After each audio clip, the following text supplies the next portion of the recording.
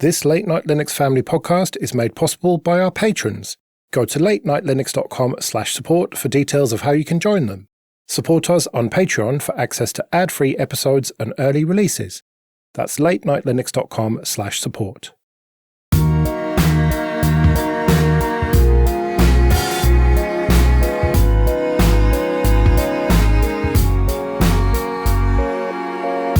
Hello and welcome to episode 345 of Late Night Linux, recorded on the 26th of July 2025. I'm Joe, and with me are Phelim. Howdy. Graham. Hello. And Will. Hello.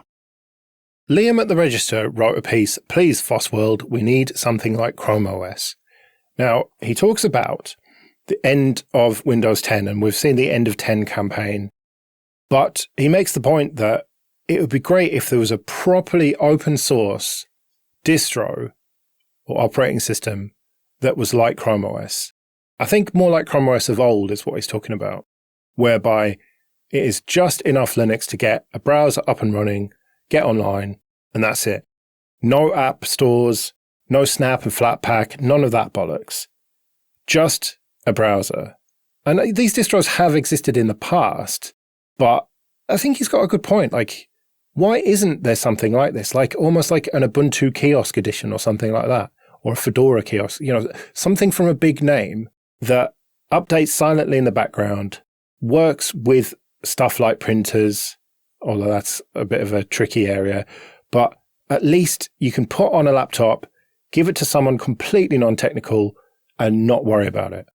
I think this is a great idea, but I think it's massively flawed purely by the fact that the reason why a Chromebook works is the fact that you have that entire Google suite online to just walk into and do all the things that you want to do. And we don't have, or I think it's almost impossible for us to have that type of setup, because you're not going to be running your own stuff. Do you deal with various other email providers, whatever.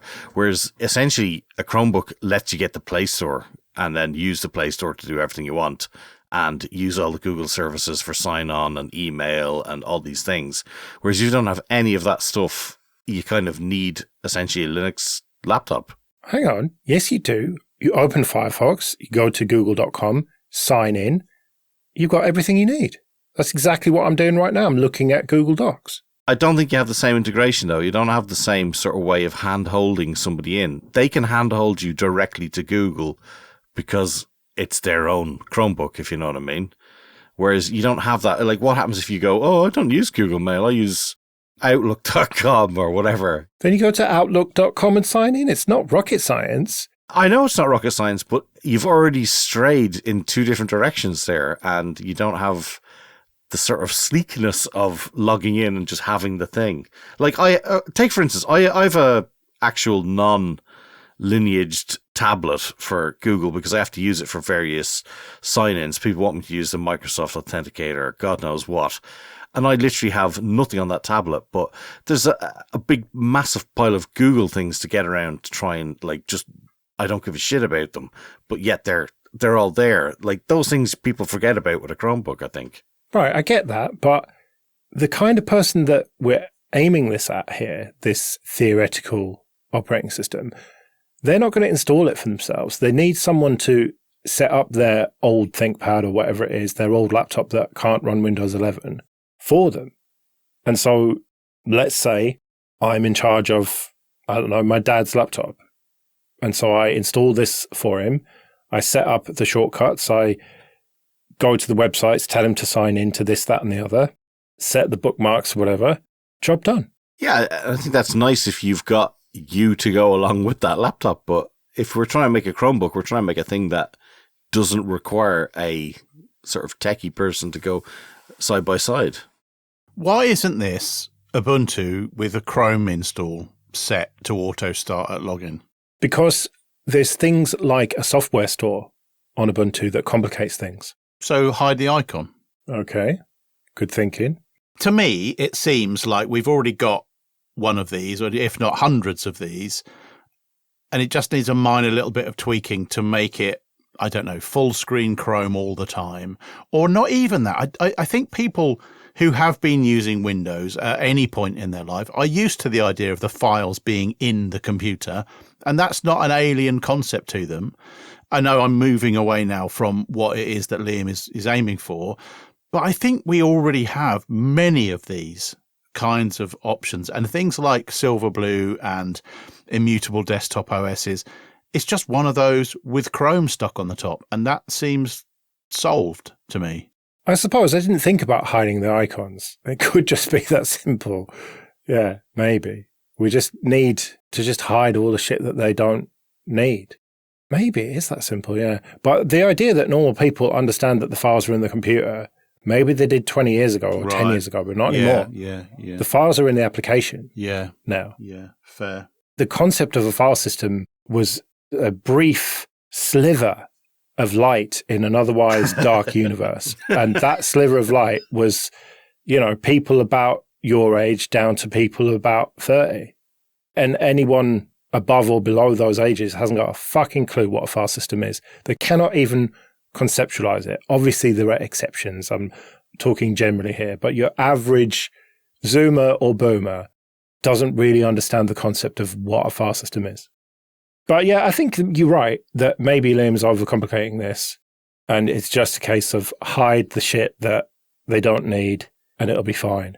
Make sure it auto updates, make sure it's just got the icons they need, and yeah, then you're pretty much sorted. I saw an article the other day, I say article, I think it might have been on Facebook, about someone who had gone to their mum or dad's house to help, who had dementia, to help them. And one of the things they'd done was take the TV remote control and stick like a bit of paper over the top of it. And all you could do was access the volume up, volume down, and the power on and off button. That's all you could do.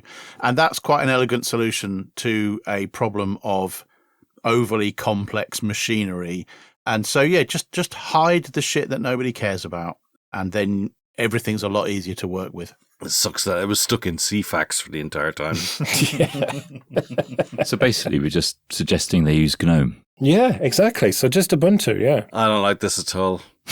Your solution, Phelim, is give them KDE. Yeah, so they've got all the options in the world. Great idea. Whoa, I never said that at all. I said it wasn't feasible in the slightest because we don't have the online infrastructure and presence, but fair enough. No, I'm just taking your default here. Obviously, that would be your default to give them KDE. I would give them KDE. In fact, I set up KDE when we worked in one building. They said they were looking for like some kiosks down on the ground floor. And I literally set up a boot into a browser terminal where the login didn't have a password. And it worked fine. And it scrubbed itself at the end of it. So thank you very much. I understand the requirements sometimes. Phelim, you've been going on about this game, Look Mum No Computer. It's a fella on YouTube who makes music with like modular synths and stuff, and he's teamed up with some people. Well, this game is finally out, and there's a YouTube video which is how we made a game with an interactive soundtrack. And if you hurry up, you can get this game for 20% off on Steam. But I thought that was going to be a huge discount, but it's only like 11 quid without the discount or 10 quid with. So yeah, it's very cheap and the game looks really cool. I've bought it, but I haven't had time to play it yet because it was the work week from hell. But the guy is dead sound. You can watch his videos on YouTube for free for loads of stuff he's doing. He's been doing some cool projects. He's always doing stuff with like mod synths or organs that he's automating. And he was doing a brilliant car one recently as well, which was converting a Mini that was rotting away in somebody's driveway for 20 odd years. And to be quite honest, I hope he gets another car. He's been hinting about another project on that. So all good. But yeah, if you can support this and try play the game, it looks really cool. He says there's literally millions of ways you can remix the soundtrack through the game by all the various effects pedals that whatever you pick up as you go through the thing and try to defeat the various nefarious things going on. And it's the kind of project we want. And I would absolutely love to go see his this museum is not obsolete museum. That'd be so cool. Bit out of the way though. This game looks like perfect Steam Deck fodder, exactly the sort of thing you can just pick up, play for 5 minutes, have a crazy fun time, and then put it down again. Yeah, it really does, actually. It feels very much up Graham Street to me with all this modular synth stuff and everything.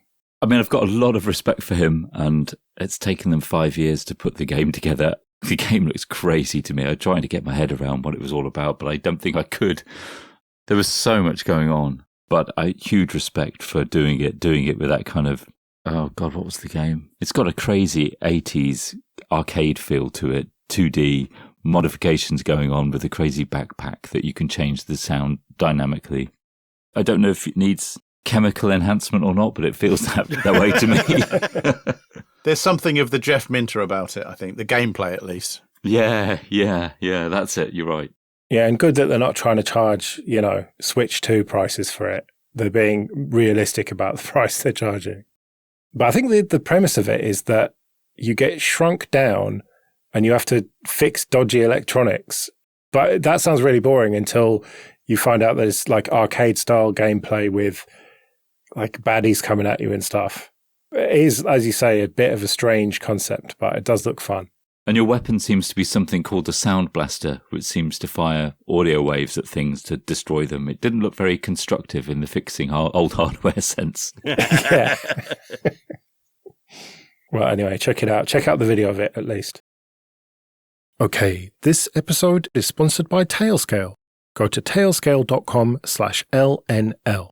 Tailscale is the easiest way to connect devices and services to each other, wherever they are. Tailscale gives you secure, remote access to any resource anywhere in the world, whether that's databases, servers, Kubernetes, on-prem boxes, virtual private clouds, desktop PCs, 3D printers, or off-site backups in your friend's garage. Connect anything and everything you want, wherever it is, and get started in minutes. Tailscale's personal plan will always be free, and you get up to 100 devices and 3 users for free with no credit card required. So support the show and go to tailscale.com/LNL and try Tailscale out today. Or if you want to use Tailscale at an industrial scale, with more users and devices, or take advantage of features like MDM policies, auditing, network flow logging, and priority support, try it out at work using the code Linux25. You'll get 3 free months of any Tailscale paid plan, and you can find out why thousands of companies like Instacart, Hugging Face, and Duolingo have switched to Tailscale. That's code Linux25. Death by 1,000 Slops. This is a piece by Daniel Stenberg, who is the developer of curl, where he talks about their bug bounty program that they have on HackerOne and how they are being flooded by AI bullshit reports that just aren't even vaguely true. And they're just taking up hours and hours of their time. And he's just not sure what to do about it. And it's really, really sad. My first suggestion is to give up and become a monk. Yeah, good suggestion. I think it's the only thing that the future is offering us. Well, he suggests that maybe removing the financial incentive, because they pay out for these bug bounties. They paid out quite a lot of money, $90,000, which is, not to be sniffed at.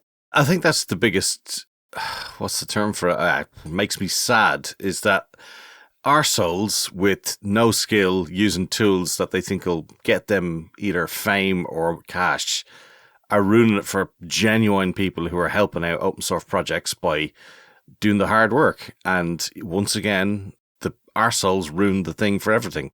I think that's a little bit cynical. I think there are certainly some people who are doing that. Yeah, but that's the problem with AI. It allows you to generate so much crap with so little effort. I've read a lot of stuff about projects where they're saying the problem with AI coding is the fact that there's too much for me to review. It's too easy to write software because I'm now overloaded with the amount of stuff that I have to review and check and verify. But if you don't care about those things, then yeah, just fling it over the wall and get it at the project. And somebody has to review it somewhere. It's like they have to take everything seriously. It's like screaming fire. You don't want people to cry wolf, but equally you don't want to miss a thing because you didn't pay attention to it. I think there are people who think they are doing good with this. They think that they're helping the project.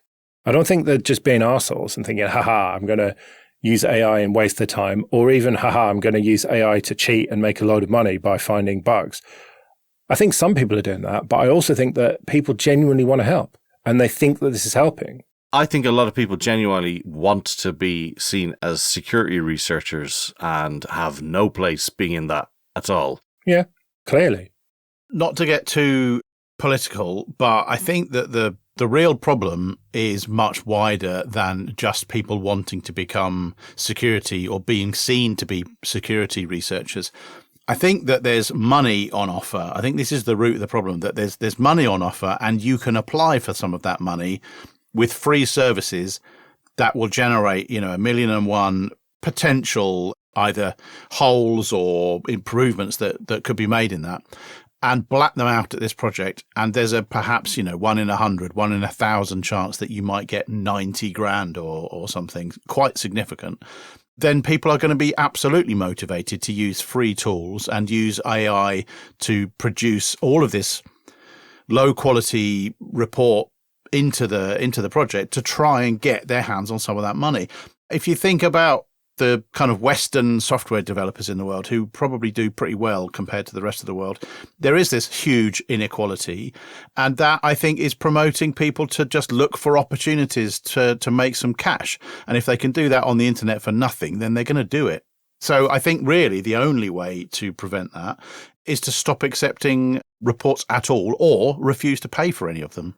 Well, that's what Daniel says. He says the various options are either charge people a small fee to submit their report in the first place, which he thinks is a terrible idea, even if you pay them back if it turns out to be real, or stop paying out. And that 90 grand is actually for 81 total, so it's about 1,000-ish roughly. So it's not that much money, but it's still significant. Or just shut the whole thing down completely. And neither of those options are ideal, really, are they?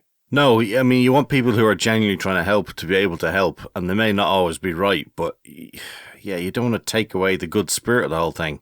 Fucking money. But I think Will's right. There's a wider point here, and that is that AI has just made lots of things easy to be bad at. Anyone is now an artist. The art is shit, but anyone can do it. Anyone can do development now. The development is shit, but anyone can do it, etc., etc. And, they've explicitly banned AI and LLM reports, but it doesn't stop people doing it, does it? No. I just keep coming back to the future is shit. We live in the future, and the future is fucking shit. Actually, thinking about it, I think maybe the small payment system is the best, even though he really dislikes it. But we need to find a general way of stopping this. It's the same with hiring. It's the same with code contributions. It's the same with this, and it's only going to get worse. I guess this is a little bit like the spam problem from the sort of mid 2000 and up to 2015 or so, where suddenly every other email you were getting was spam, and people were talking about ways to slow that down and gum up the workings of the machine. And one of the ideas thrown around in those days was that everybody pays, 1 cent to send an email or something like that. Never came to anything, but it was talked about then. And I think that's kind of what we're looking at here, is that eventually the tooling will grow to spot these things, you hope. But until then, something needs to be just to slow everything down. And if I was a potential security researcher, I don't think I would mind. I would understand that, I don't know, $1 or whatever it happened to be for my research to be looked into and for somebody to spend their time reviewing it would be okay. You could even have a situation where a report that someone gives in, even if it turns out to not be true, but people have put genuine effort and genuine, this is how I worked through, and it doesn't turn out to be actually one in the end. They could say, well, clearly it's not AI slop and you've put some effort in with goodwill. Fine, we'll donate your money back to you. You could do it that way, where there's to genuinely not punish people for doing the right thing. What about having like an online resume or an accreditation certificate for you as an individual on the internet? Yeah, I think that's a really good idea, because I think the whole concept of a meritocracy is the fact that if you have a sort of earned level of trust pretty much in every type of software project, that's what allows you to have contributor status and things like that. And I think that might be a way of doing it as well. But the problem is, what about people who are new to it? Like, you have to get your reputation from somewhere. Yeah, but that's like everything. It's like every job that you do. Nobody's going to take you on to be a senior developer if you're just out of uni and have no skills. I think you have to earn that. And I think it's awkward and annoying, but I think maybe that's just the way we have to do it. We've done it in so many other jobs over the years as well, not just tech. Like that's the way it's done. But Daniel even talks about this in the post, that people on HackerOne just create new accounts all the time. You can't ban people. There's no point. Like, they create an account, submit AI slop report. It turns out to be bullshit, obviously. They get banned, potentially. Well, then they'll just make another account, just use a VPN, even if you IP ban them, all the rest of it. But I think that's where maybe the actual, a history of what you've done and contributed, then you can just ignore all that stuff, a bit like the way Spam Assassin does it. Well, like eBay feedback almost, like until you've built up a certain reputation, some people say like, I only accept bids from people with more than 10 feedback or whatever. Yeah. But how'd you get that feedback in the first place? By continuing to be a good citizen. There was a reputation system on maybe Launchpad or something like that, where you could gain reputation by, for example, commenting on posts or being a member of a group. Like you've gone through the effort to join a group and then you're an active part of it, you get some bonus points. I think like this, the idea of reputation online has been talked about for years. I'm sure this is a solved problem. Well, yeah, I mean, Reddit's got the karma system, and I remember, was it V-Bulletin had the reputation system on forums where people could kind of plus and minus you, and then you built that up and you could access certain stuff and whatnot. So, yeah, there are ways to do this, I suppose. But the problem is that you have to gain that reputation in the first place. And unless you just say, if you've got no reputation, then you're going to be completely ignored, then you can't really implement this. But how do you get the reputation in the first place? Or maybe then you pay. Well, maybe, yeah, maybe. But that just, something feels off about paying to submit bug reports to me. Yeah, I mean, I totally agree. But it's better than not having bug reports, and not having a system of managing them. I suppose it's specifically security issues that we're talking about, not just bug reports. And there is a distinction to be made there. Yeah. I think this system of accreditation that we're half talking about, I would love for that to be an open source thing. Because if it so happens that, for example, LinkedIn has this as a service alongside everything else it does, I would hate it if this is the way that it goes.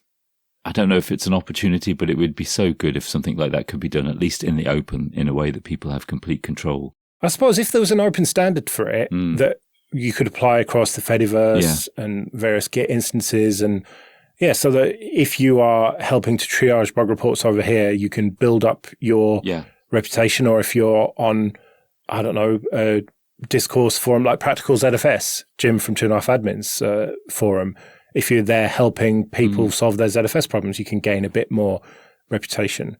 If there was a truly open standard, then maybe that is the solution. I think you're onto something there, Graham. It seems like a tricky thing to implement, but technically I could see it being possible. I'm going to think about this. I think that could be a very good solution to a lot of problems. You're a genius, Graham. Well done. That's what beer does. Late Night Linux solves all the problems again. Yep. Wait a minute. Funding open source. We haven't solved that one yet. No, you weren't here that week. We solved that. That's okay. Okay, this episode is sponsored by 1Password. If you're a security or IT professional, you've got a mountain of assets to protect. Devices, identities, and applications which can add up to a mountain of security risks. Fortunately, you can conquer that mountain with 1Password Extended Access Management. Over half of IT pros say securing SaaS apps is their biggest challenge. Thankfully, Trellica by 1Password can discover and secure access to all your apps, managed or not. Trellica by 1Password inventories every app in use at your company. Then pre-populated app profiles assess SaaS risks, letting you manage access, optimize spend, and enforce security best practices across every app your employees use. Manage shadow IT, securely onboard and offboard employees, and meet compliance goals. Trellica by 1Password provides a complete solution for SaaS access governance, and it's just one of the ways that Extended Access Management helps teams strengthen compliance and security. 1Password's award-winning password manager is trusted by millions of users and over 150,000 businesses, from IBM to Slack. And now they're securing more than just passwords with 1Password Extended Access Management. Plus, 1Password is ISO 27001 certified. With regular third-party audits, 1Password exceeds the standards set by various authorities and is a leader in security. Take the first step to better security for your team by securing credentials and protecting every application, even unmanaged shadow IT. Learn more at onepassword.com/late-night-linux. That's onepassword.com/late-night-linux, all lowercase. Mastodon is going to nag users of the official instances on the official apps to donate. Good. It is good, yes. Well done. More of this, please. When I changed over to Mastodon.social, assumed that they would have a similar thing like Mastodon did, where I could contribute, whatever the required amount was, and that would give me the thumbs up as to, yeah, that'll help keep the system running. No such thing could I find. And I thought, okay, well, I guess they don't need money. I have no idea how this works, but I just didn't pay anything to it. It turns out they have a Patreon account that I didn't know or couldn't find. So, yeah, they need to work on their advertising of what you can do to help them. So, all for this. Well, I mean, this is literally what they're doing. They're going to prompt people to donate either via Stripe or via Patreon. And the idea is that they're going to test this and then ultimately, hopefully, roll it into Mastodon generally so that people running their own instances can roll this out if they want to. And we've talked about with Thunderbird and KDE, as long as it's not a huge Wikipedia style thing, which is a bit too far. Jimmy fucking Wales. Yeah. And as long as it's easy to dismiss, which is what they've talked about here, then I am all for this. Just a little banner thing. Hey, please support us. It's like at the beginnings of these episodes. If you're listening on Patreon, you won't have heard that, but I've started putting a little 15-second thing. And, if you really want to skip it, you can.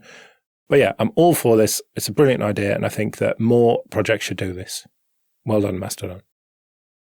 There's a strange thing happening with the Putty website. So Putty is a very old SSH client for Windows, but the website for it is not putty.org, whereas if you just do a Google search for Putty, that's what comes up. And it seems to keep changing, this putty.org website. As we record, if you look at the website, there's a link to the official website and then some links to commercial competitors of it, which is who owns the website. But when I was looking at this yesterday, it was fucking anti-vax propaganda bullshit. That's what I've got right now. I think that must be cached. Yeah, maybe. But the bottom line is that Putty never sorted itself out a proper website, because back then you just put it on your website with a subdomain or whatever. Whereas now you think of every project has its own website. And there's been some attempt to try and secure this putty.org website, but this other company is just not having it. So a bit of a PSA, basically. Don't go to putty.org. I would read out the proper URL, but it is far too long. So, I don't know, you'll have to search for it and... check the show notes. Well, there you go, yes. Let's do a quick KDE corner. Plasma Big Screen might be coming back. This is the TV interface. This is quite exciting. So this is designed for the kind of 10-foot experience. And it was around in the Plasma 5 days, but it didn't kind of make the transition to Plasma 6. But now there are at least efforts underway to port it and modernize it. And it's looking really good to me. Yeah, I'd love to see this do well because, I don't know, I find Kodi is a bit crufty these days. It's very hard to get plugins to work with YouTube and stuff like that. And in general, it just feels a bit old, I guess would be the word. And yeah, it'd be nice if this would work out well for it afterwards.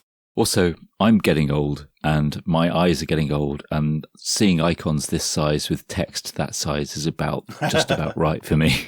Yeah, okay, so I don't admit this really, but I was trying to review some code during the week, and literally to stop myself A, being distracted, and B, able to actually see it properly, I used the accessibility utilities in KDE to zoom in on a section of the screen, and I literally had on my 4K monitor right in front of me like jumbo-sized text that had been written in crayon to try and review the code. So I am wholeheartedly with this. Well, you made a joke of that, but there is a serious point here, and that is that accessibility features are something that not everybody needs right now, but ultimately most people will need one day. Yeah, unfortunately, sooner than I thought. Yeah. So that's why it's really important. Totally agree. But if you want to try this anyway, this plasma big screen, it looks like the best way to do it right now is with Postmarket OS on a Raspberry Pi, but you are going to have to compile it yourself. Flawless. Well, that's why I said it's under development and it's not ready yet, but it is looking promising, and I really hope that it does work out. Yeah, and I think if they can base it on a mobile-like OS, I think that might be actually a really good way of doing it, because there was a Ubuntu installed, was it JEOS or something like that? Like Just Enough OS, I think it was called. It was for virtual machines and containers. I think something like that as the base would be excellent. Well, I think Postmarket OS is a great base. Well, yeah, sorry, that's what I mean. Yeah, I think Postmarket being that new sort of way of doing it. Right, yeah. Yeah, because we did a Postmarket OS challenge on Linux After Dark, and it is incredibly lightweight and fast. So it seems like a great base to put it on, you're right. All right, talking FOSS on Daft Code. Yeah, so this is what do you call a video Twitch stream of people coding and talking about code? I don't know. A video Twitch stream of people coding and talking about code, it's called. All right, then. Well, that's exactly what it is. So this is Alesh, Paul, and Harold from KDE, and they're doing a Twitch stream sort of vidcast thing, whatever, I don't know. But yeah, cool to check out. Ironically, I can't watch it yet because my pie hole has decided that Twitch is the center of all evil and blocked me, and I didn't have time the entire week to try and sort it out. But check that out.